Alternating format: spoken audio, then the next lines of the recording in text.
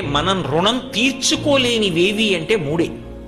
యథార్థమునకు రుణం తీర్చుకోవడం కుదరనివి మూడున్నాయి. మిగిలినవన్నీ రుణం తీరిపోతాయి. పితృరుణం కూడా తీరిపోతుంది. సౌత్రామణి అని ఒక యాగం ఉంది.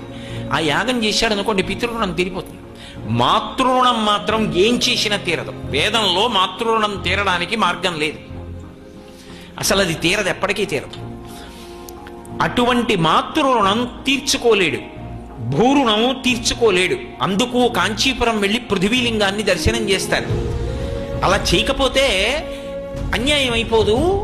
అందుకని ఈ భూమి యొక్క రుణం తీర్చుకోలేము. ఈ భూమి రూపంగా ఉండి పరమశివుడు నిజంగా మనం చేసేటటువంటి ఎన్ని తప్పులు ఓరుస్తున్నాడు. ఆయన ఇన్ని పనులు చేసినా క్షమించి వాడు బ్రతికి సంతోషంగా ఉన్నాడని ఊరుకుంటున్నాడు.